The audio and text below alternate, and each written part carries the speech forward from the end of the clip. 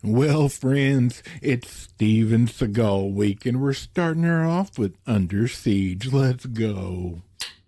Previously on the Nerdy Ronin Network. Yes.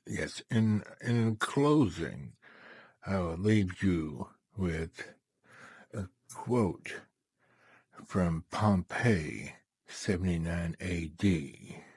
Hack! The floor is lava!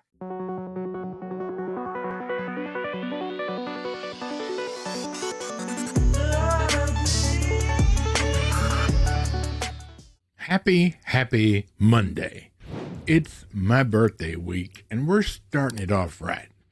And we're going to talk about Steven Seagal this week because I wanted something not stressful and not difficult and just a whole lot of fun.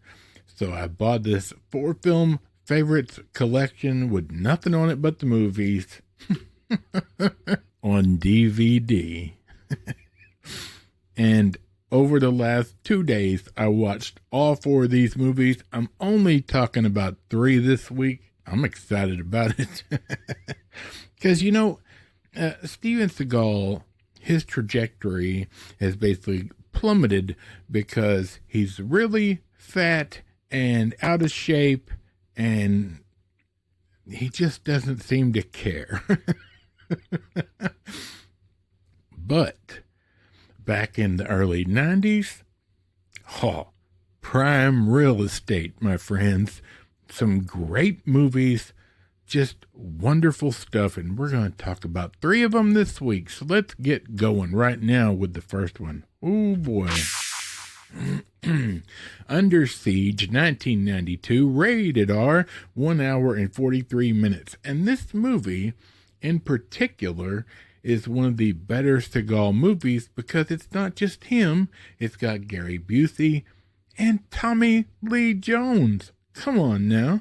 An ex-Navy SEAL turned cook is the only person who can stop a group of terrorists when they seize control of a U.S. battleship. Let's go about that. Come on now. That's a great storyline.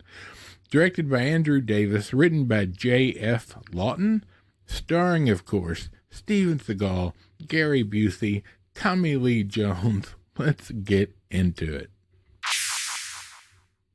I have guilty pleasure, right? Steven Seagal, early Steven Seagal movies, they're just so fun to watch. They're usually, the story is 50-50, but the action is fun to watch, and he just slices his way through everybody. And the 2 Under Siege movies, I thought were great. I don't own the second one, but I do own the first one, kinda, DVD. Like, this was just because I paid like $4, right? Not complaining, just saying, like, 4 movies for just a couple of dollars, I'm there for it, right? And these are, for the most part, all 4 of them are fun. They're a lot of fun to watch. I enjoyed watching all 4 of them. One of them tries too hard to be Lethal Weapon, and so that one's the one I probably won't talk about this week. I don't know. I haven't decided yet, but for sure we're talking about Under Siege, and I like all military movies for the most part.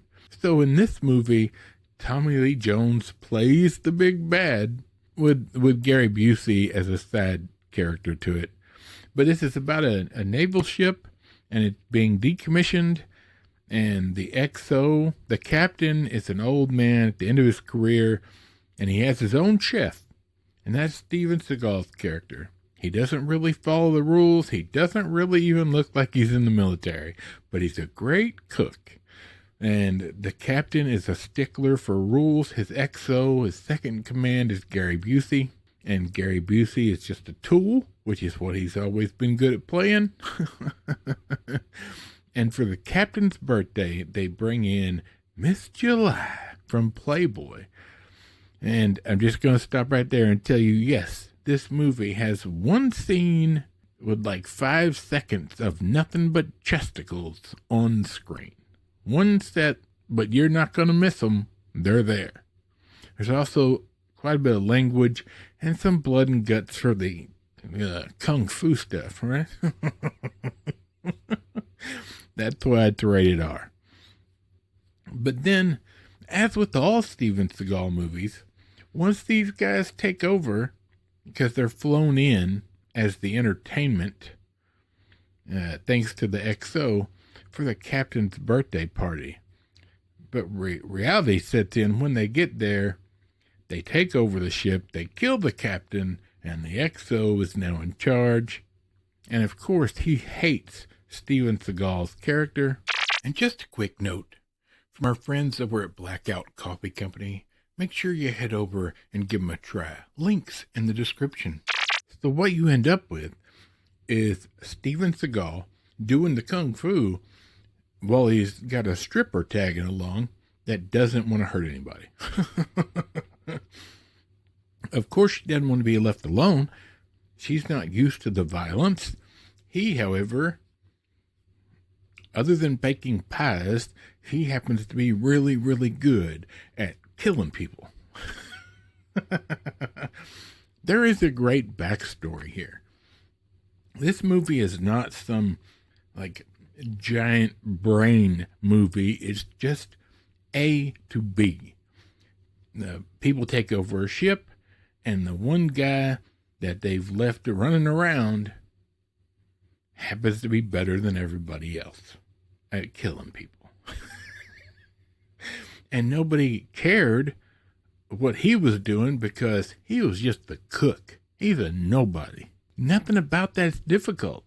It gives you an easy A to B with great world building as it progresses, because you learn more about who he is throughout the movie. He has a huge problem with authority, except for the captain, who he genuinely cared about and was friends with. When you see him interact with other military people, though, he doesn't really care for their authority, and he's going to do whatever needs to be done, regardless of what you tell him. I find it one of the best Seagal movies. As far as, first off, you got Tommy Lee Jones as the big bad, and he does a great job as some crazy CIA hippie fella, right, who's disenfranchised, and he just does a great job. And you wouldn't expect to see Tommy Lee Jones in a Steven Seagal action flick, but he does a fantastic job. Gary Busey, great job playing a tool, which is what he always plays for the most part. Steven Seagal, early in his career, just chop-socking everybody, all right? Fantastic. If you like action movies, this is a great one, especially if you've never seen it. And the second one takes place on a train, which I'm not reviewing today. However, I love that movie too. It's a fantastic movie. It just is what it is. Karate, kung fu, aikido, everything rolled into one, slapping people around and killing the bad guys. All right, I gotta say, Steven Seagal was not a bad actor. In his prime, in the heyday, he did a fine job. Just being a mellow, take no prisoners, just beat up anybody gets in his way. Great. It's great. It's sad to me to see somebody like that let their ego explode and go out of control and make so many bad choices, and now they're making F movies, not A or B or C or D, like might as well Z movies, like dollar movies that are, and he's like the size of the Michelin Man, but he's got his hair dyed, and it's just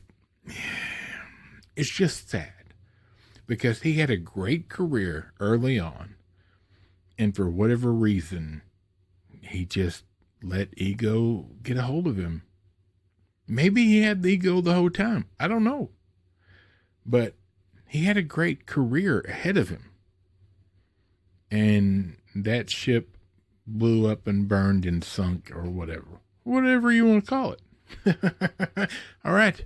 Getting out of here. This week, Wednesday is my birthday. That's right.